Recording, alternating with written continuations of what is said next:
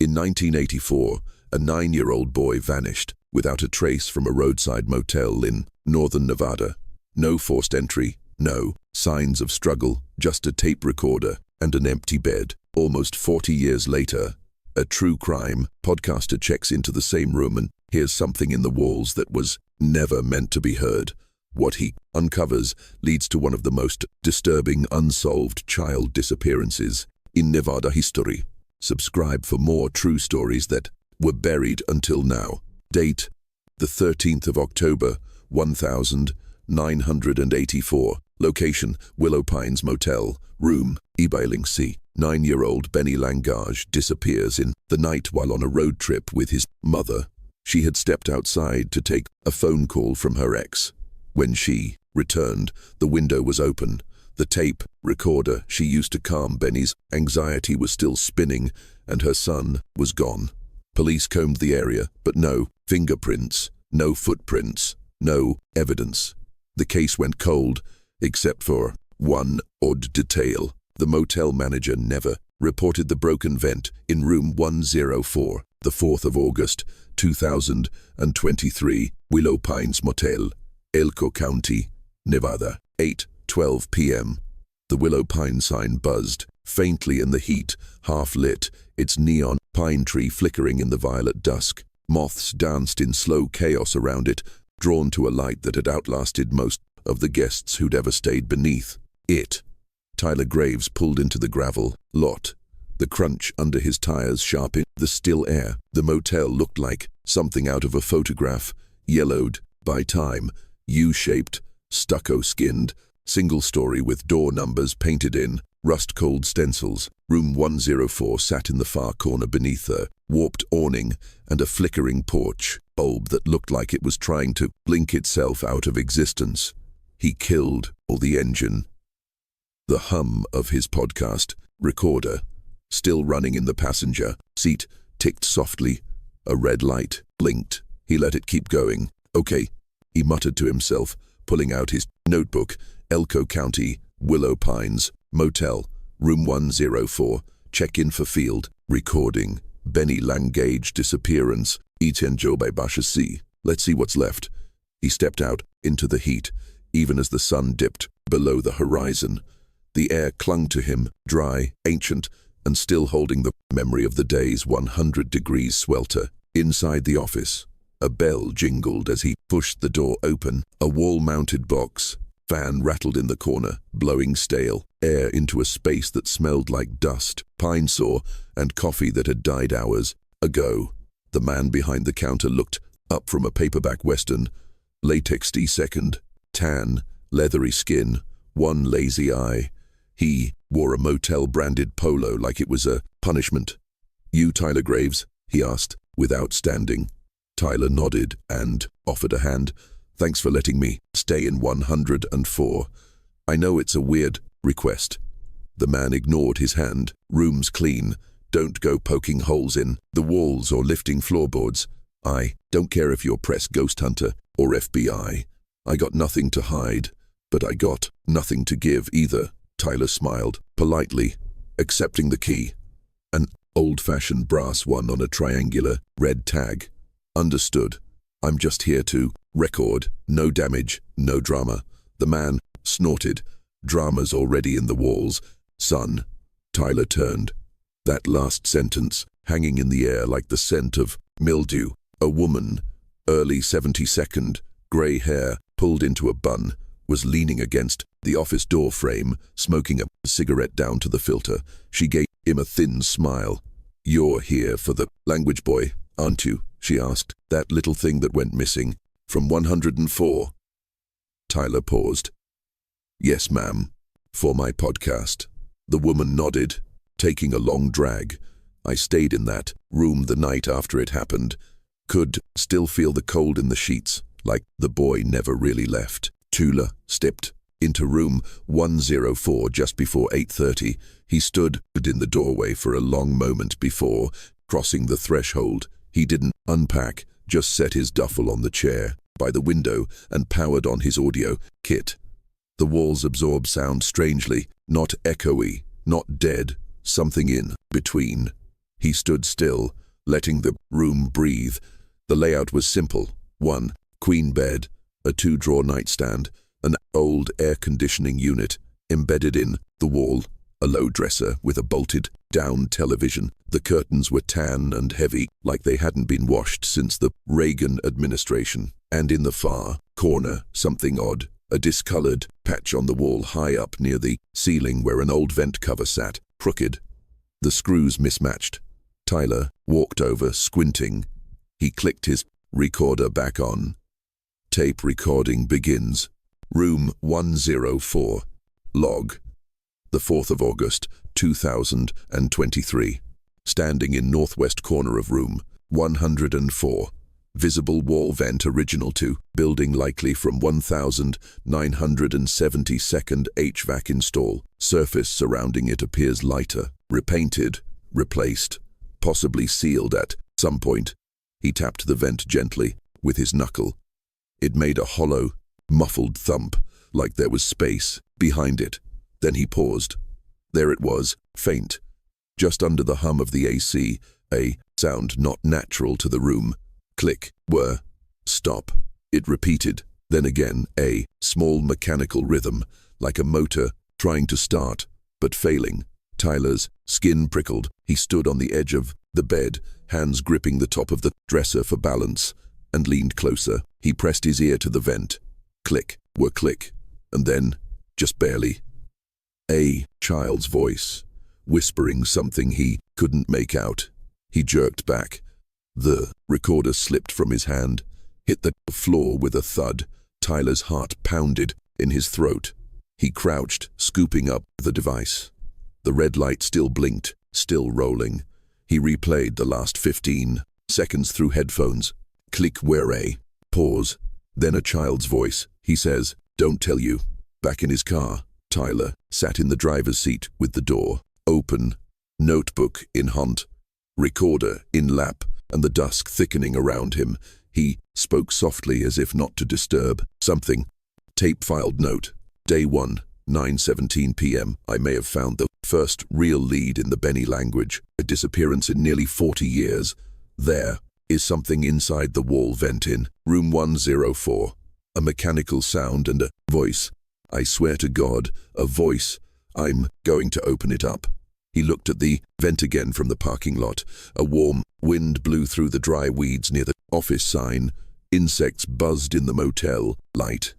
The world felt tilted. Tyler stood. He was going back in. Tomorrow he'd ask the manager if anyone had ever removed the vent cover, but tonight he'd bring his tools because whatever was hidden behind that wall hadn't been heard since 1984, and someone was still trying to speak. The 4th of August, 2023. Willow Pines' Motel, room 10410, 14 p.m. The p.m. vent came off easier than it should have. Tyler had waited until full dark. He didn't want questions from the manager or from the elderly woman who seemed to drift around the lot like she'd never left 1984. Now, kneeling on the bed with a flashlight clenched between his teeth, he unscrewed the last rusty fastener. The vent cover groaned, then fell loose in his hand, leaving behind a black void just wide enough for his forearm. The smell hit him first. Dust, metal, a dry, musty scent like a forgotten attic or the inside of an old radio. He slipped his hand inside. Something brushed his fingertips. Sharp edges, corners, plastic casing. Tyler's breath caught. He pulled gently, feeling resistance. Something tangled in wires or insulation, a tug, a twist. Then it came, free with a soft scraping sound. He held it up to the flashlight beam. A cassette tape.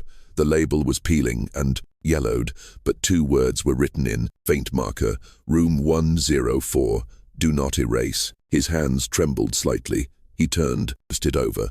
The reels inside were intact, though the tape was warped with age. No cracks in the casing, no mold. It had survived. Tyler slid off the bed, grabbed his field recorder, and inserted the tape. This wasn't the type of find you took back to a studio. You listened where it was meant to be heard. He hit play. Click was static. Then a voice. At first, It was low and muffled, almost unintelligible, but as Tyler adjusted the EQ settings on his recorder, the audio took shape. Audio log begins. Tape recovered from room 104. Child's voice. It's cold. I want the nightlight on. Man's voice calm, whispering. You remember what we said about that, Benny? The night is just pretend. There's no light in pretend. Child's voice hesitant. Can I have my book? Man, we don't read in the princess room. You know the rules. Tyler sat, motionless, headphones pressed to his ears, fingers digging into the edge of the nightstand. The voice was unmistakably a man's. Calm, software measured, practiced. The child's voice, young male, with a slight lisp, matched what he'd heard in old recordings of Benny, language released by his mother in a 1998 press interview. Man, now say it again, Benny. Child, murmuring. This isn't real. The night is. Pretend. Man, good boy. Say it louder. Child, this isn't real. The night is. Pretend. This isn't real. The voice wavered, breathing picked up. Tyler felt nausea twist in his stomach. This wasn't the bedtime tape. This was scripting, repetition, conditioning, and the phrase, princess room, echoed with something worse. Benny had been a boy. Why call it that? He fast-forwarded, more static, then a click, a different voice, older, almost amused. Second man, unidentified. You're recording these now. First man, in case he forgets. Sometimes he pretends to forget. Second man, that's risky. First man, not if you hide them. Right, I'll put this one behind the vent. Behind the vent. Tyler hit pause. The room was completely silent now. Even the air conditioner had gone quiet, as if the entire motel were holding its breath. He replayed that last line again and again. I'll put this one behind the vent. They weren't just using the room, they were hiding in it, recording in it, rehearsing something, and someone else had been involved. Another adult, another voice. That meant it wasn't just a one-off crime, it was a network or at least a partnership. Tyler took notes, hands still shaking. Tape contains Benny's voice, age 9, princess room, possible term for abuse, control space, references to conditioning phrases, adult male voice, calm and measured, possibly pastor, teacher. Another male voice heard, mid-tape, concerns about recording. He shut the tape off. The recorder ticked down into silence. Then he opened his laptop and typed one sentence into the episode script draft. Someone recorded Benny Langry's captivity, and they left the evidence. Inside the room he vanished from. 1:12 a.m. Tyler sat in bed, unable to sleep. His phone buzzed. An alert from his podcast Patreon inbox. A listener had responded to his pre-ep episode teaser he'd posted hours earlier. Are you still in Elko County? Because if you are, go. Check room 1052. I stayed there in 99. There's something in the wall between user before you. Wake, 88. He stared at the message, pulse quickening. There were stories. He'd read them years ago in obscure forums about kids waking up in motel rooms in the 82nd and 92nd with no memory of how they got there. One case in Utah, another in Arizona. Different motel, same layout, same vent placement, same whispering heard through the wall. He looked at the corner of the room again. The vent, now wide open, stared back at him like a mouth. And in the floor, beneath it, the shadows seemed deeper than they should have been. You remember what we said about that, Benny?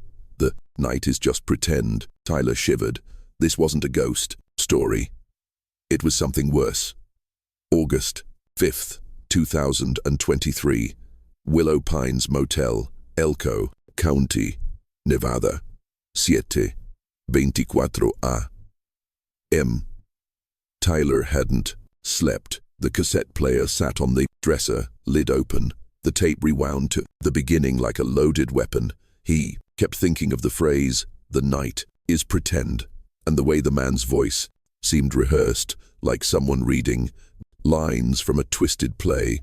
He'd uploaded a clipped sample of the tape to his private backup server at Fire. Tolle, EMU just in case. One copy went to an encrypted folder, another to an auto-email draft. It wasn't paranoia. Not anymore. At sunrise, he walked the 30-foot to the front office, coffee in hand, and dark circles under his eyes. The same man sat behind the desk, reading a paperback. Western. Morning, Tyler said. Listen, was hoping you had any old records for the motel, guest books, registries, anything from the 82nd. The man didn't look up. You're trying to solve it. Tyler blinked. Excuse me. The boy. Room 104. That's why you're here, right? I think you're going to crack it wide open.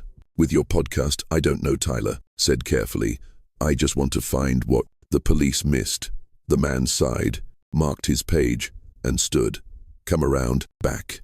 I'll show you what's left. The back room smelled like mildew and oil. Stacks of ledger books were piled against one wall, warped from moisture. A steel cabinet sat half open, full of boxes labeled in faded Sharpie. The manager ran his hand along the spines. My father kept everything, even after computers showed up.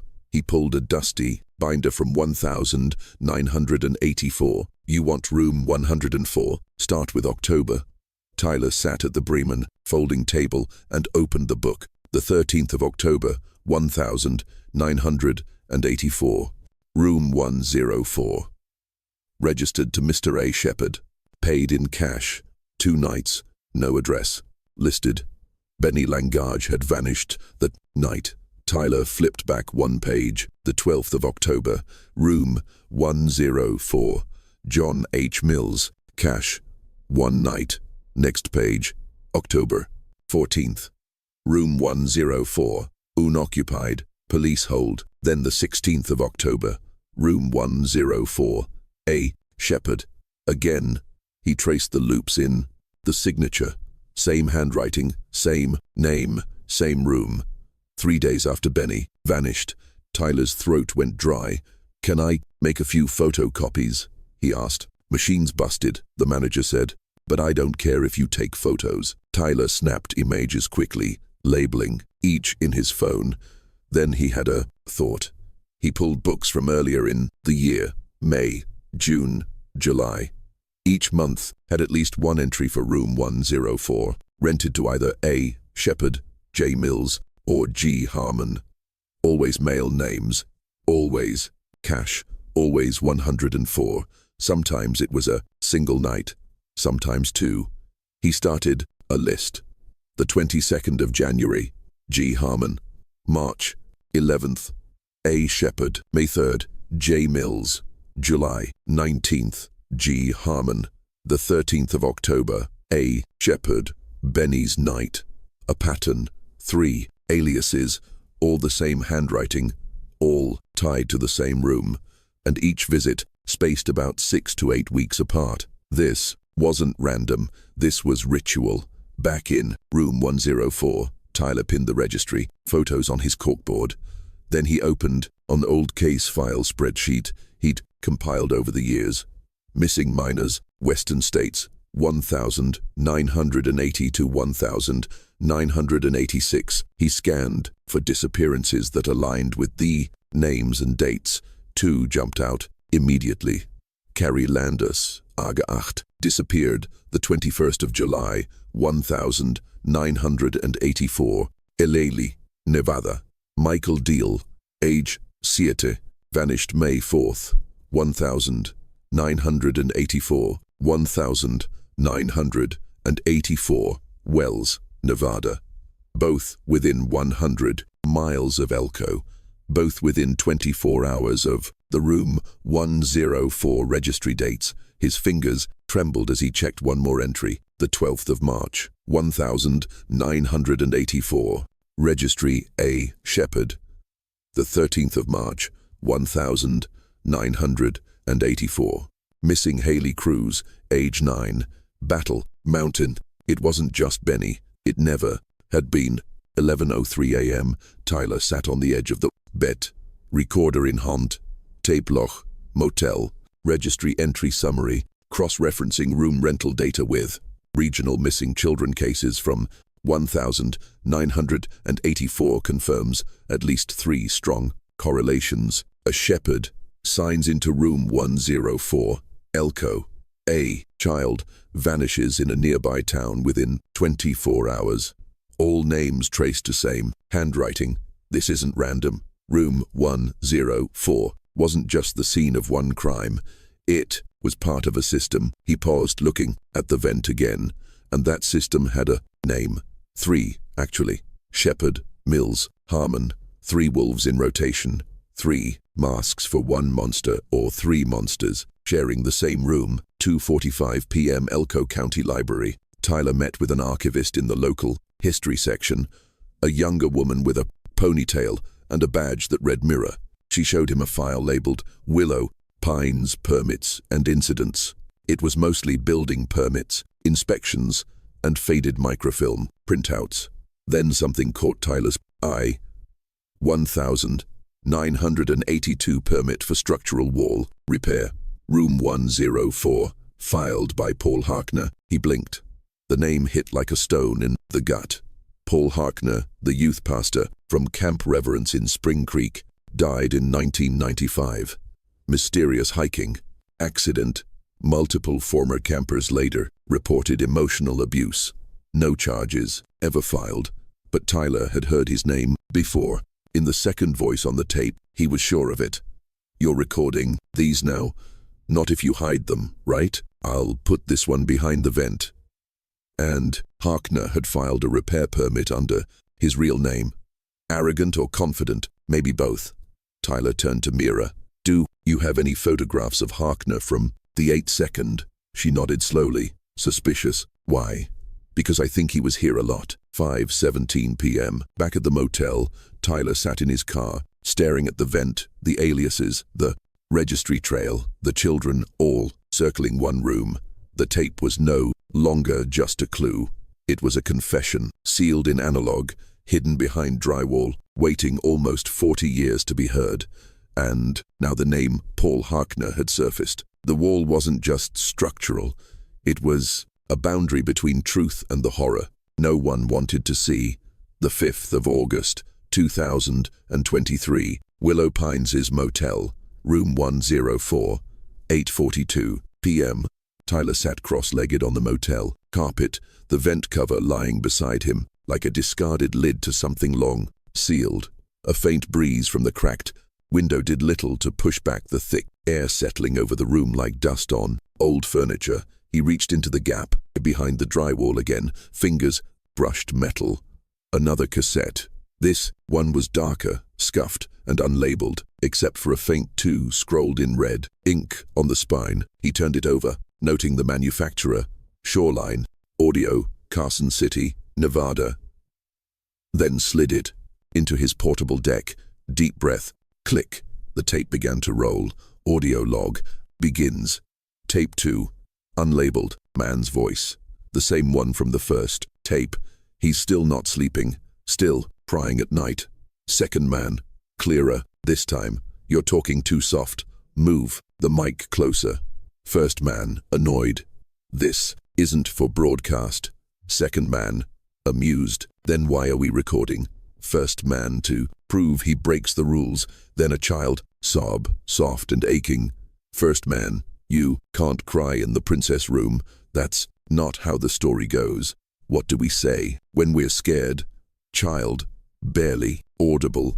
"The night is pretend." First man. Say it again. Child. "The night is pretend." Second man. "He sounds like he's ready. Film him tonight." First man. "I need more time." He still calls for her. Still remembers her face. Still remembers her face. Tyler paused the tape. Who was her? Benny's mother? A sister? A Prior victim? He hit play. Again. Second man. Stern. "If you delay again, I'll move him to Echo Rock. There are others waiting." First man. Quietly. "He's not ready for Echo Rock." That's the last step. The tape cut out. Briefly. A click. A pause. Then another. Recording starts. This time it sounded like a different room. Less echo. The child wasn't crying. Child's voice, quieter now. I was good today. First, man, yes, you earned a story. What kind, child? One about the world ending. First, man, very good. Tyler's skin crawled. This was scripting, obedience training. The man rewarded silence and compliance with praise. But the world-ending theme kept surfacing like the child had been, convinced he was living in a reality completely separate from the rest of society. That wasn't just grooming, that was isolation, indoctrination. He jotted notes. Echo Rock equals possible secondary location tapes. Document escalating control tactics. Second man more assertive. Possible. Leader Harkner or someone higher. August 6th, 2023. Elko County, Nevada, 10:08 a.m. The www. Median-Dodo County, Nevada. Willow Pines. Motel had changed hands twice since 1984, but the name Marianne Lilas had kept appearing in old business documents, first as employee, then heir. Her father, Gerald Lillis, had owned the motel from 1976 until his stroke in Etenziobedushaba.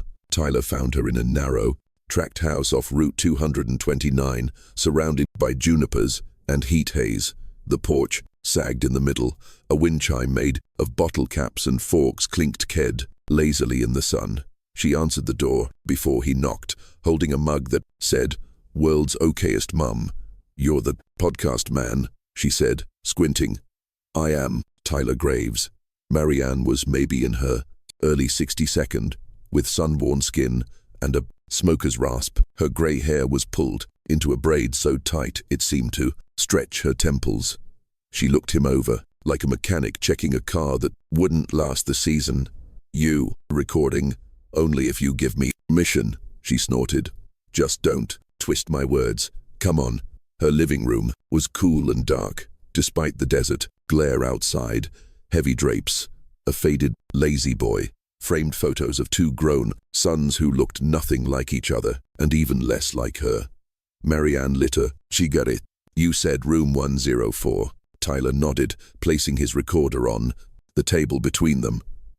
Specifically, October 1984, but I think something was happening in that room long before that. She didn't speak for a moment, just stared at the glowing tip of her cigarette, like she could draw a memory from the ember. "Then I remember a man used to book that room a lot, never said much, paid cash, always had a blue duffel bag, never let it out of his sight." Tula said forward. "Do you remember his name?" Marianne shook her head. "He changed it every time. Shepard, Harmon, Mills, always some plain white guy name, but I know it was the same man." "How?" She took a slow drag, then exhaled. "He always smelled like the same cologne, something sharp, cheap, like lemon and antiseptic. And his eyes, one was glass. You notice a thing like that once, you never forget." Tyler's chest tightened. That detail wasn't in any file he'd read. "Glass eye, you said." The bag never left his side, never. Carried it to the ice machine, took it into the bathroom, set it next to his feet when he sat like it was alive. Tyler swallowed hard. "Did anyone ever see what was inside?" "Number but once.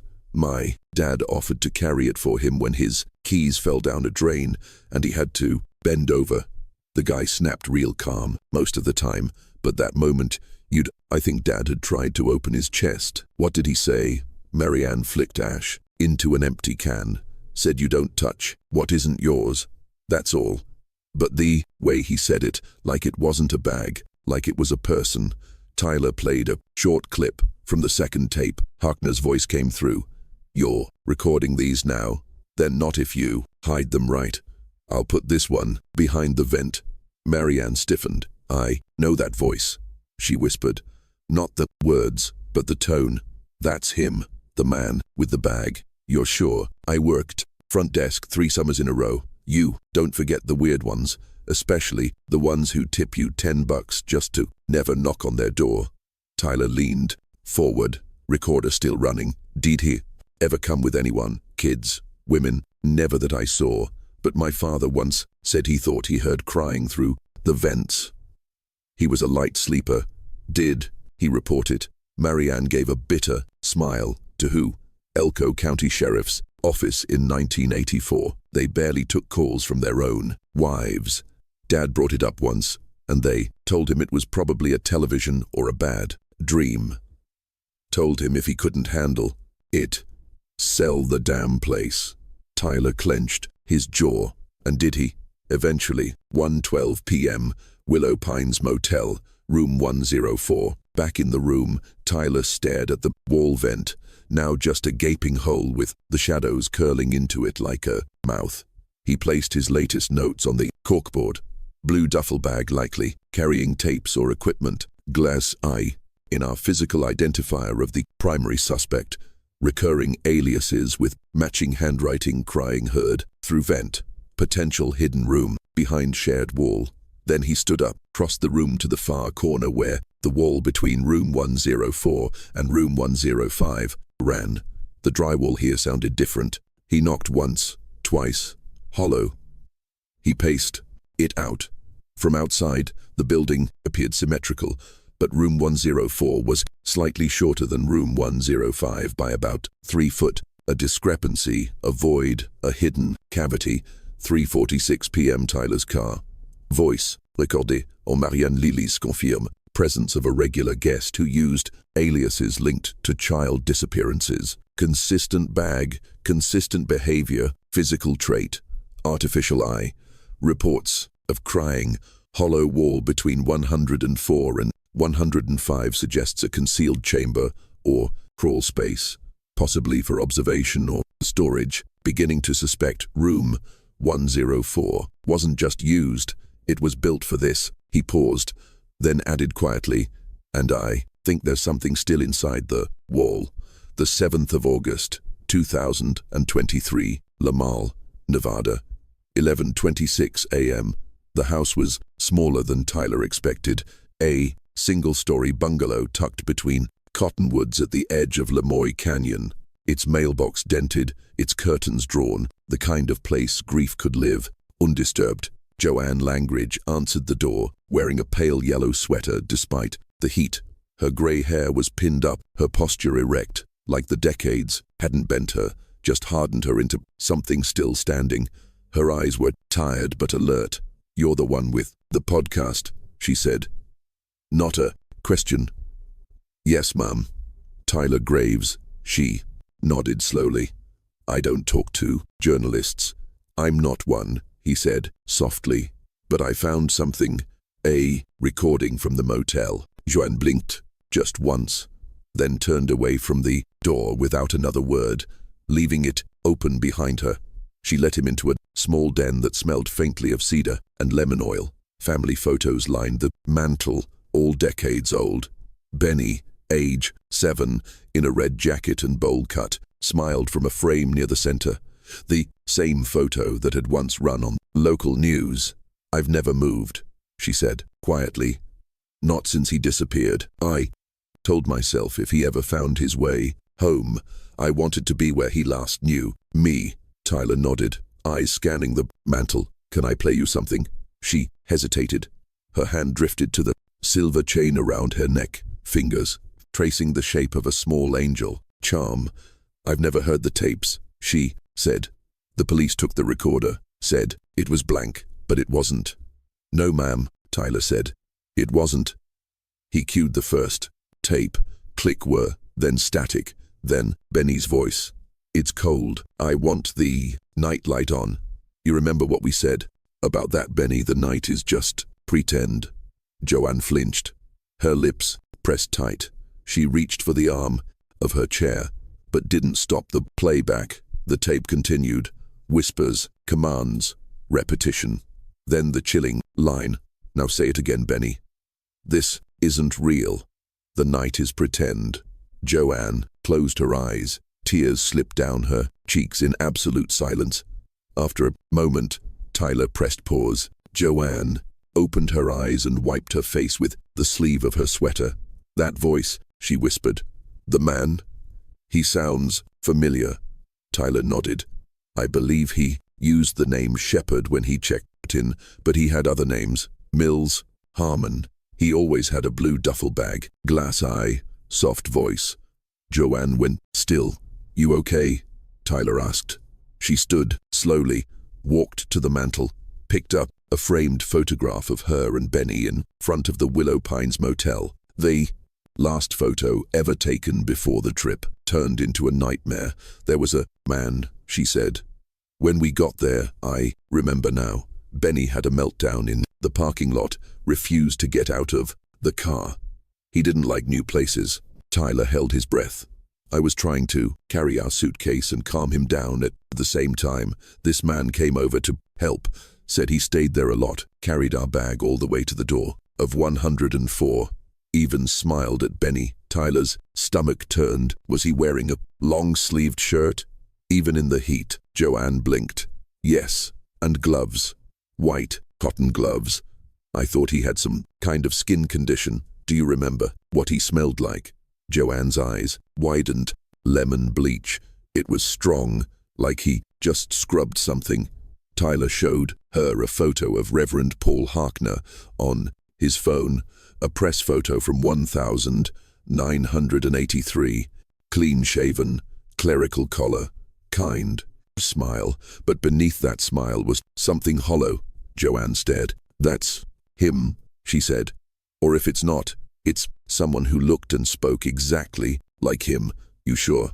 "I remember his voice because when Benny went missing and the police were searching the room, that man came back. He stood across the parking lot watching. He had his hands in his pockets, didn't say a word, just watched." "Did you tell the police?" "They said I was in shock, that I was remembering wrong, that I was grasping." Her voice hardened. "I was a hysterical woman who lost her child. They dismissed me like static." 1:13 p.m. Langridge residence backyard. Joanne stood near the clothesline, wind rustling the dry sheets as they fluttered behind her. Tyler stood beside, hair recorder in hand. "I tried everything," she said. "Billboards, psychics. I even paid a man in Reno to dow with a pendulum, but I never left this house. Something in me always knew he was still alive." Tyler hesitated, then spoke carefully. "There's more tapes and a possible location. A place called Echo Rock was mentioned, like a second step in some kind of grooming program." Joanne turned to him. "Grooming?" He nodded. The man used the phrase, "princess room," repeatedly. Even though Benny was a boy, Joanne's face crumpled. He used to dress up sometimes. He loved costumes, capes, hats, anything pretend. He called himself Captain Butterfly 1 week. I never corrected him. I never wanted to shame him. "You didn't. I should have kept him closer that night." Her voice broke. "I should have locked the window. I should have." "No," Tyler said firmly. "You were a mother trying to do your best. He was targeted. You both were." As Tyler prepared to leave, Joanne handed him his box from the attic. "It's all I have left. His drawings, tapes, some things from the motel I couldn't throw away." Inside, on top, lay a small red cassette, labeled in childish handwriting, "For Mum, room 104. Tyler's hand shook as he picked it up. The 8th of August, 2023, Willow Pines' Motel. 10:06 a.m. Room 105 was being renovated. The door stood ajar, held open by a cinder block. Inside, the air smelled like paint thinner and sawdust. Furniture was stripped down or pushed into corners.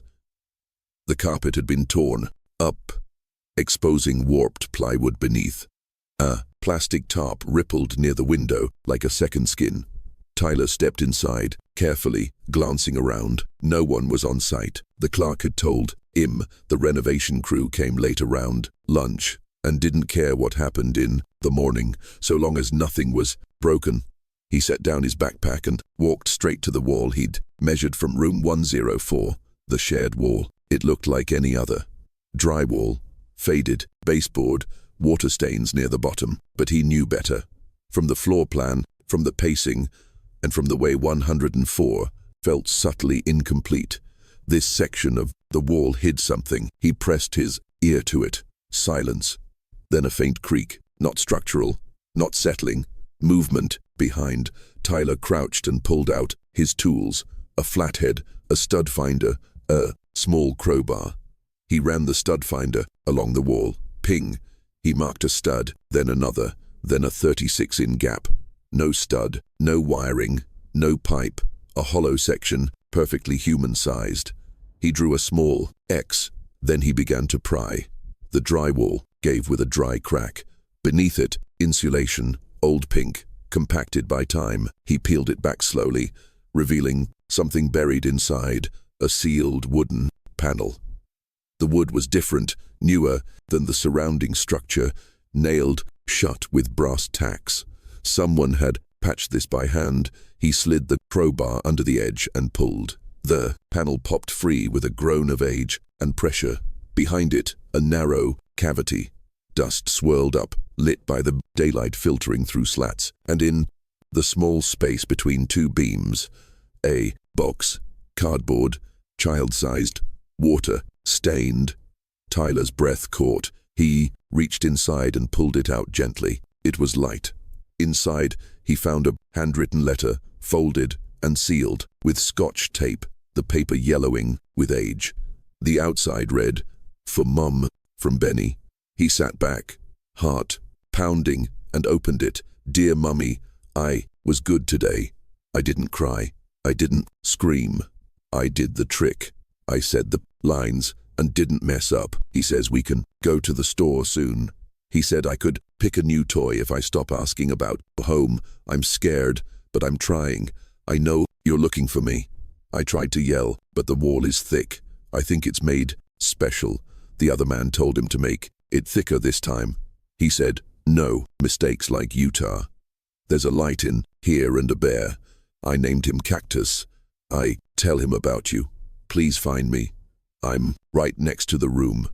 I can still hear the television sometimes. I can hear footsteps. If you knock on the wall, I will knock back. I love you. Love, Benny." Tyler didn't realize he was crying until a drop hit the paper. 11:42 a.m. Willow Pines Motel, room 105. He replayed the letter twice, recorder on, documenting every detail. Then he crawled into the cavity with his flashlight, scanning the rest of the space. Near the bottom corner, wedged between two studs, he found something else. Cassette de reels, old, unlabelet. 3 of them, 2 cracked, 1 intact. He bagged it carefully. Then he found a sock, a child's sock, red with a faded dinosaur print, and beside it, scratch marks, tiny, desperate scratches, along the wood, parallel, fingernail deep, a memory carved into lumber. He backed out, hands shaking, and resealed the panel just enough to keep the evidence undisturbed. 1:26 p.m. recorder log. The wall between rooms 104 and 105 contained a sealed cavity, approximately 36-inch wide, 24-inch deep. Within it, a letter written in a child's handwriting and addressed to his mother describing conditioning, isolation, and efforts to signal for help. Found inside, letter from Benny, language, 3 cassette reels, child's sock, scratch marks indicative of confinement, based on structure, location, and physical clues. I believe this void was used to contain children short-term, either for punishment or concealment, possibly both. He paused the tape, then added, "They called it the princess' room, but it was never about royalty. It was about obedience, about silencing children until they believed silence was their choice." 3:03 p.m. Room 104. Tyler stared at the wall. He no longer wondered whether Benny had been here. He knew he had written from inside it. The motel wasn't haunted, it was echoing, and the ghosts weren't spirits. They were children. August 9th, 2023. Elko County Library Archives. 9:52 a.m. The rows of microfilm readers hummed softly as Tyler scrolled through decades, forgotten headlines. Dust sparkled in the projector light. Old stories flickered past like ghosts on celluloid. Obituaries, church picnics, sheriffs, blotters. He was searching for the gaps, the names nobody remembered, the children who didn't become cold cases, because they were never really searched. 4. The ones whose disappearances were folded into custody disputes, runaways, or moved away without notice, the ones with no follow-up. He'd compiled a new list overnight, cross-referencing guest book entries under Shefford, Mills, and Harmon with missing children within 72 hours and 100 meter of Elko County between 1,981 and 1,985. There were 9 names. Only 3 had ever been publicly linked to abductions. The rest were buried in silence. Child 1, Carrie Landers, 8, last seen the 21st of July, 1984, Ellery, Nevada. Guest book entry J. Mills, room 104, the 19th of July to 20, filed as possible parental abduction. No custody dispute was ever verified. Child 2, Michael Deal, 7, last seen May 19, 4th, 1988, Wells, Nevada. Guestbook G. Harmon, room 104, May 3, filed as runaway. Police report closed within a week. Child 3, Haley Cruz, 9, last seen March 13, 1984, Battle Mountain, Nevada. Guestbook A. Shepard, room E. by Lindsay, the 11th of March to 12, filed as unknown whereabouts. Her school listed her as transferred. Parents never moved. Each case had the same signature. Rural town, no sign of struggle. Short investigation, vanished during spring or summer. All within 48 hours of a room 104 booking. It was a circuit. Tyler whispered it aloud to himself, not a spree. A scheduled 12:35 p.m. Public Records Office. Through a former co-worker in Reno, Tyler tracked down a woman named Anita Marquez, now 44, living in Salt Lake City. Her name had appeared in a 1986 attempted abduction report at a rest stop off Y-80. She was 10 at the time. The report was buried. No arrest made. But the details jumped out. A man had offered her candy from a blue duffel bag, wore white gloves, smelled like lemon and medicine, called her Little Princess, drove an unmarked white van she'd escaped by, jumping out and running to a nearby gas station. Her parents pulled her from school a week later. The family moved. She hadn't spoken publicly about it since. Tyler found her Facebook, then her LinkedIn. She was a preschool director. He sent her a message. 6:14 p.m. Zoom call with Anita Marquez. She appeared on screen in a neat home office, softly lit, diplomas on the wall, calm voice, clean posture. "You're the third person who's asked me about that," she said, "but the first who came with actual facts." Tyler nodded. "I think you were targeted by the same man who took Benny Langage." She looked away. "I figured. Do you remember what he said to you?" Anita took a deep breath. "He told me the night is pretend. You'll wake up in a better world."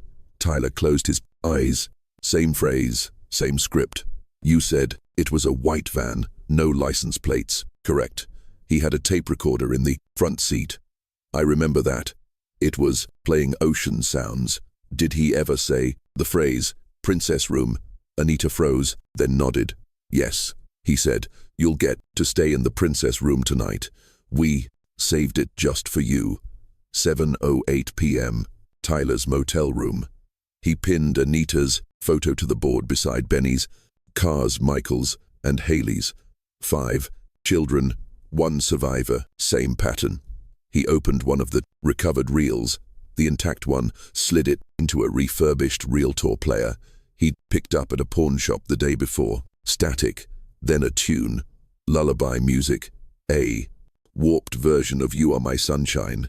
Then the man's voice, calm, rehearsed, terrifying in its steadiness. Volume 41. Carrie, can you hear me? You are very good today." Child's voice, small, afraid. "I want my mommy. Man, we already talked about that. The world is gone, but this room is safe. And now we say it together. What is the rule, child? Barely audible. The night is pretend. Man, good girl. Tyler sat frozen, hands clenched into fists. Then, man, let's get ready for your scene. Smile for me, okay? Like a princess. He shut the player off. 8:41 p.m. Audio diary. This is no longer a story about one missing child. It's about at least 5, maybe more. All connected by aliases, cassettes, timing, and that cursed room. Harkner was a part of it, but I no longer believe he acted alone. The system is too structured, too rehearsed. There were rules, schedules, phases. The princess room was not a place. It was a program.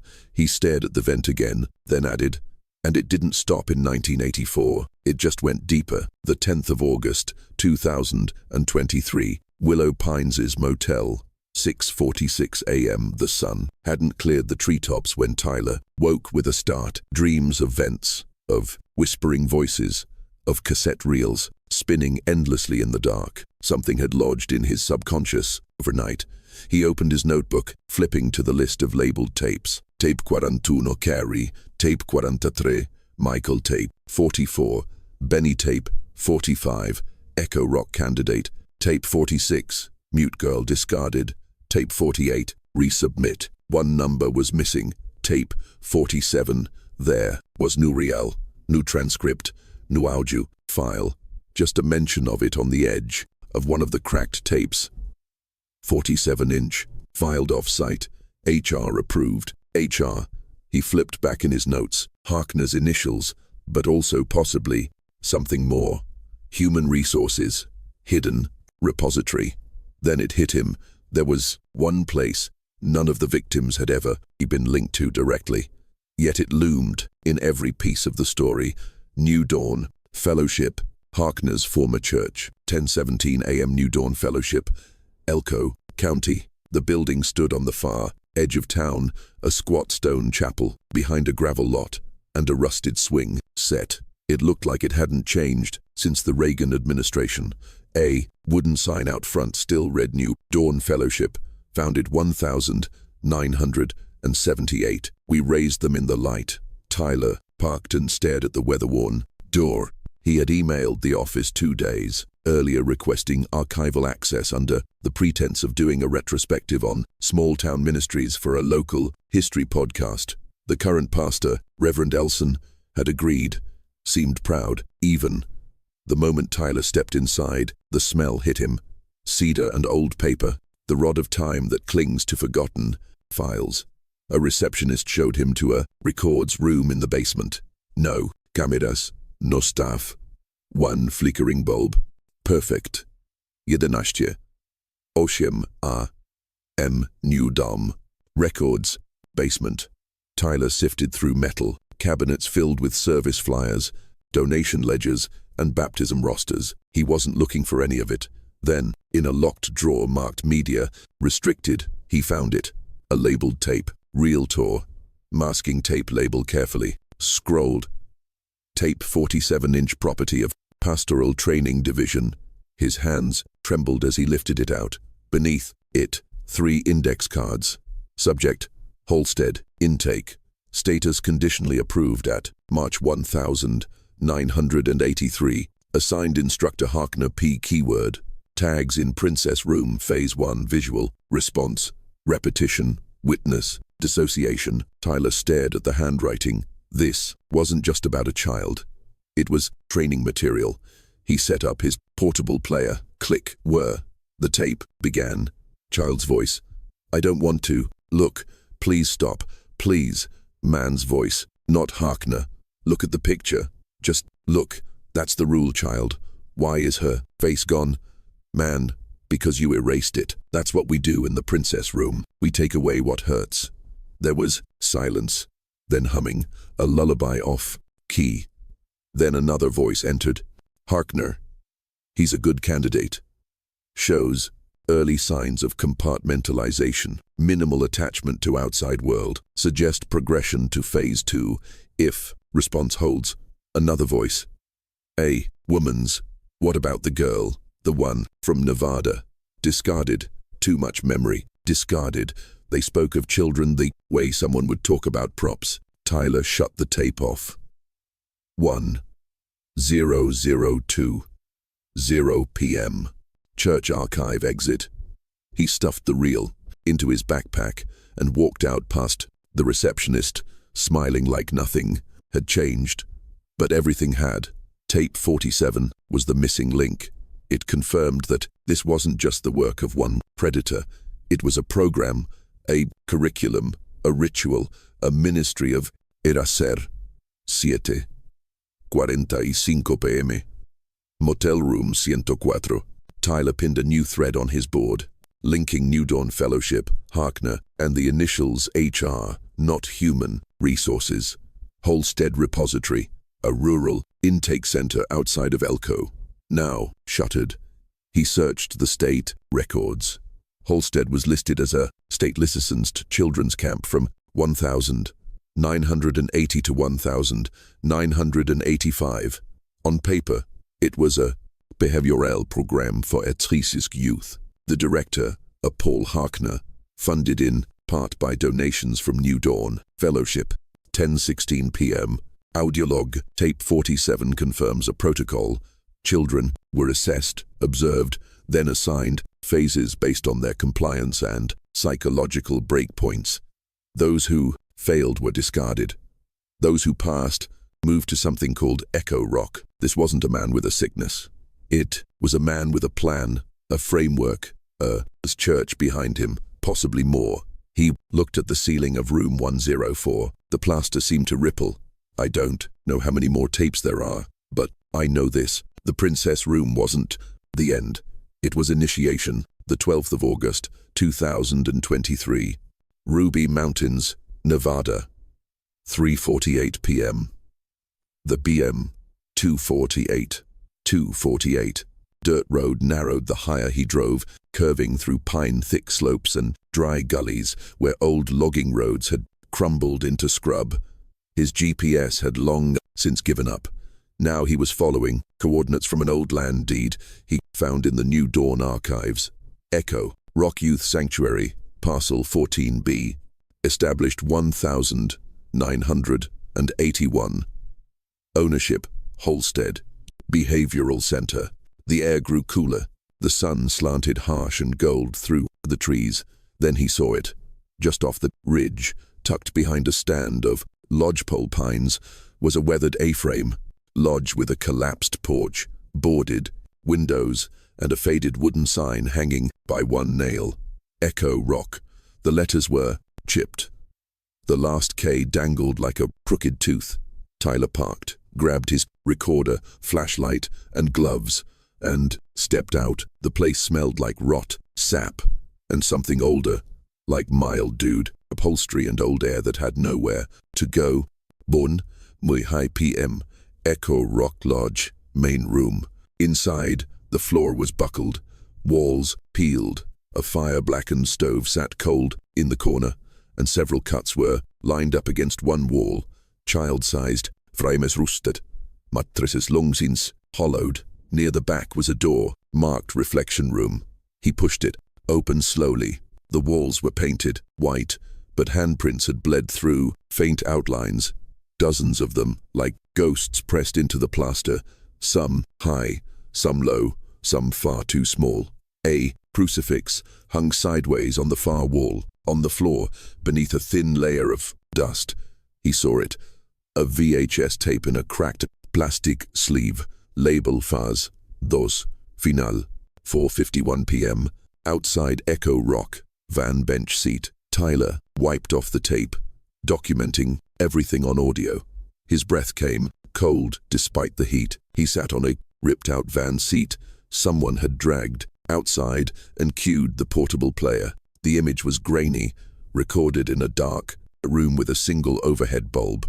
A child sat on a folding chair, hands in their lap, gender unclear, head bowed. The same faded dinosaur sock Tyler had found behind the wall in room 104 was visible on their left foot.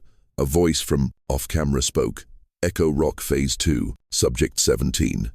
Time Index 0341. The child didn't respond. Then another voice. Do you remember who you were? Number.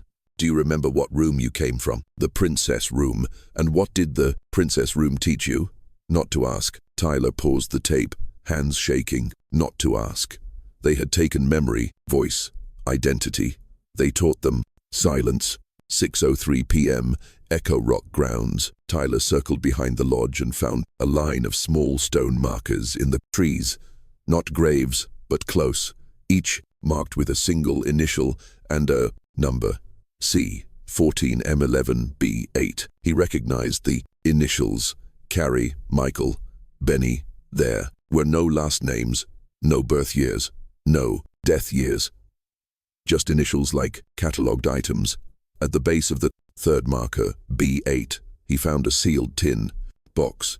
Inside, a drawing crayon on faded paper, a stick figure with wings, a red balloon, and beneath it, in a child's hand, I'm still here. Tyler stood frozen for a long time. 7:44 p.m. Audio diary. Echo Rock. Echo Rock was the final stop. The princess room was conditioning. Echo Rock was transformation. Here they finished the job. They removed names, implanted scripts, killed memory. The markers out back, those aren't graves, they're erasers, places to forget. But Benny resisted. He remembered. Long enough to draw, long enough to write, long enough to hide a letter in the wall. Pause. I no longer believe this. Ended in the 1982nd. I believe it. Evolved. He looked out at the trees. The light was fading, but the darkness had never really left this place. August 13th, 2023. Willow Pines Motel. 9:11 a.m. The front desk clerk barely looked up as Tyler walked in, dirt still on his boots from Echo Rock. His mind reeled with images. The child-sized CS, the initials in stone, the hollow-eyed VHS footage. Something came for you, the clerk said, casually, handing him a plain padded envelope dropped off early this morning. No return address. Tyler took it. No postage. Hand-delivered. He climbed the stairs to room 104 slowly. Every footstep echoed. Every shadow leaned the wrong way. 9:17 a.m. room 104. He sat on the edge of the bed and opened the envelope. Inside a mini DV cassette, black plastic, unlabeled, except for the number 49, a single photograph, a still frame from a motel, hallway security camera, and a note. You've gone far enough. Play this and you won't come back up. Stop digging, podcast boy. Tyler stared at the photo. It was grainy. Time-stamped the 13th of August. Liang Tianling San. 3:16 a.m. It showed him asleep in bed, and just behind the window curtain, a silhouette. Someone had been outside. Room 104 hours ago. Watching. 9:32 a.m. Motel desk. Office room. The clerk let him borrow an old television deck with a flip-out screen. Doesn't work well. He warned. Picture cuts in and out. Tyler pressed play. Static glitch. Then a child's face on screen, roughly 7 or 8 years old, pale, frightened, speaking directly to the camera. If you're seeing this, I didn't make it out. My name is Benny Langree. I was taken from room 104. I was here for 61 days. They said I was getting better. They told me I was chosen. But I remembered my mom's voice. That's how I stayed me. Tears in his eyes. Now, if you find the tape, don't stop. There's more. They're still doing it. They moved it. The new place has walls with no doors. Look for the bell tower. That's where they send them now. That's where they record the last one. The screen glitched. Then the tape cut to footage of a modern hallway, sterile, white, tiled with a metal cross hanging on the wall. At the end of the hall, a door marked Studio 3, then darkness, then just audio, a girl's voice. Is my mum still coming? Man's voice. Not tonight. You're in the next phase. Girl, I don't want to be a princess anymore, man. Then we'll make you something else. Click. End of tape. 10:14 a.m. Audio log. Tape 49 is proof Benny survived longer than anyone believed.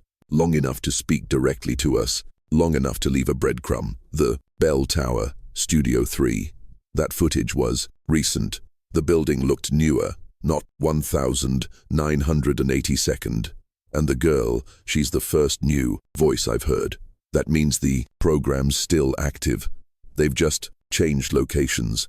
He looked again at the still photo of himself sleeping. They know I'm watching now, but they watched first. 11:45 a.m. Tyler's truck, driving west. He left Willow Pines behind in a cloud of dust.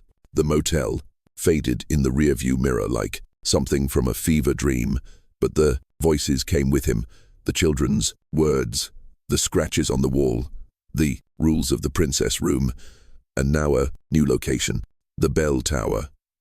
The 14th of August, 2023, west of Carson City, Nevada. 6:28 a.m. The road ended miles before the coordinates did. Tyler parked at a forest gate, grabbed his pack, and hiked the last stretch. A cold wind came off the Sierra foothills, slicing through the pines. Every step deeper into the woods felt like stepping back in time, or deeper into something buried. According to county records, the property had changed hands 4 times since 1990. Most recently, it was listed under Agape Renewal Center, a religious retreat, but satellite photos told a different story. 3 long buildings, no signage, barred windows, one small chapel with a freestanding bell tower, whitewashed and sharp against the treeing. He crested the ridge. There it was, just like the tape. Studio 371 4 a.m. inside the retreat grounds. The place was abandoned, or nearly so. No guards, no vehicles, but the doors were unlocked. The paths cleared as if someone still came here, as if someone still needed it. Tow function. Tyler moved fast. Inside the chapel, the bell tower loomed above. A trapdoor. Beneath it, stairs leading into the foundation. He followed them down. The hallway was tiled, the walls white and cold. Fluorescent bulbs buzzed overhead. Faint static crackled in the silence, not from the walls, but from something hidden. Monitors, speakers on the right. A door marked Studio 3. He opened it. 7:23 a.m. Studio 3. It was a room designed for performance, not by adults, for children. A small stage with black curtains, a mounted camera, a single chair under a spotlight, walls painted a soft pastel pink. It looked like a playroom, but everything about it was wrong. The light didn't flicker. It buzzed. The walls had no seams. The vents were closed shut. And there on the floor near the chair was a single pair of shoes, tiny, unlaced, worn down at the heels. He picked up the file folder from the podium. Inside, a form marked Candidate 52, Final Submission, Name, Withheld Age 8, Status Incomplete, Result, Resistive Transfer Recommended, and beneath that, a signature H. Renner, 7:40 a.m. Observation Room. Through a hidden door behind the curtain, Tyler found the control room, stacks of old servers, VHS archives, a corkboard with child photos numbered and coded, and a desk with a tape recorder still running. He pressed play. Man's voice. Subject 52. Failed compliance. Emotional resistance. Observed. No further attempts advised. Transfer to phase 0 recommended. End session. Then silence. Then something else. A whisper. Almost not there. Child's voice. Faint. I can see you. Behind the glass, Tyler staggered back. She had known. 8:22 a.m. Bell Tower. Grounds outside. The fog had rolled in, thick. The forest looked like it had never let anything out. Tyler walked to the tower base. Etched into the bell itself beneath layers of corrosion was a phrase, "She who forgets survives." But beneath it, scratched in jagged letters, barely legible. Don't forget me. He recorded everything. Photos. GPS data. Audio log. Then walked back toward the train. But he knew this wasn't the end. Not really, because what he'd found wasn't a crime scene. It was infrastructure. 9:51 a.m. audio log. Final Echo Rock was the second phase. Studio 3 was the third. Phase 0. Whatever that is, means the program still exists. H. Rena, new name, same voice. Possibly. Harkner, under a new identity. Possibly. It's another shepherd. I have enough now to go public. But I also know this. Some of the children are still out there. The ones who resisted. The ones who remembered just enough to escape, but not enough to be believed. They are the final witnesses, and they don't sleep well. He looked back at the bell one last time. 10:04 a.m. Leaving the grounds, Tyler turned his phone back on. There was a new message. Unknown number, no ID, just 6 words. There's one more. Tape, room 106. The 12th of August, 2024. Brooklyn, New York. 9:15 p.m. The rain ticked against the apartment window like static from an old reel. Tyler sat in front of a soft-lit mic, headphones on, posture hunched the way it had been for months now. The red record light blinked beside him, pulsing in rhythm with his heartbeat. It had been almost exactly 1 year since he walked out of the bell tower. Since the tapes, since he pressed upload on episode 1 of Echoes from Room 104. What followed was unlike anything he'd ever prepared for. The podcast got viral. News stations picked it up by day 4. Reddit true crime community dissected every breath, every timeline, every code, name. By episode 5, Tyler had subpoenas. By episode 8, he had death threats. By episode 12, the FBI reopened the Benny Langage case. The motel was demolished, the New Dawn Fellowship was dissolved, and the Echo Rock site was seized. But no arrests were ever made. Paul Harkner was still dead. H. Renner, whoever they really were, was never found. And Studio 3 gone. Cleared out 2 days before authorities arrived. Some listeners couldn't handle it. One survivor, someone who emailed Tyler, claiming she was Subject 52, relapsed after episode 9. She hadn't contacted him since. He didn't blame her. The podcast didn't solve the case. It exposed the system, ripped off the drywall, revealed the voice behind the wall. But some rooms are meant to echo. Tyler leaned into the mic, his voice low, calm, older somehow. This is Echoes from Room 104. Season 2 is coming, but tonight's epilogue is something else. A question, a warning, a key. He took a breath. A few weeks ago, I received a package, no return address, same handwriting as before, inside a small brass key, room number etched into the handle. 106. The room next door. The one nobody ever stayed in. The one sealed since 1985. Pause. I called the current property owner. They said the building's gone, bulldozed, but their record showed one final maintenance request dated 3 days before the demolition. Loose panel in 106, rattling behind the wall. Tyler stared at the key resting beside him. Worn, cold, real. I don't know what's behind that wall. I may never get to see it. But if you're listening to this and you were there, if you remember the voice behind the glass, the rules, the knock patterns, the chalked up floors, you're not alone anymore.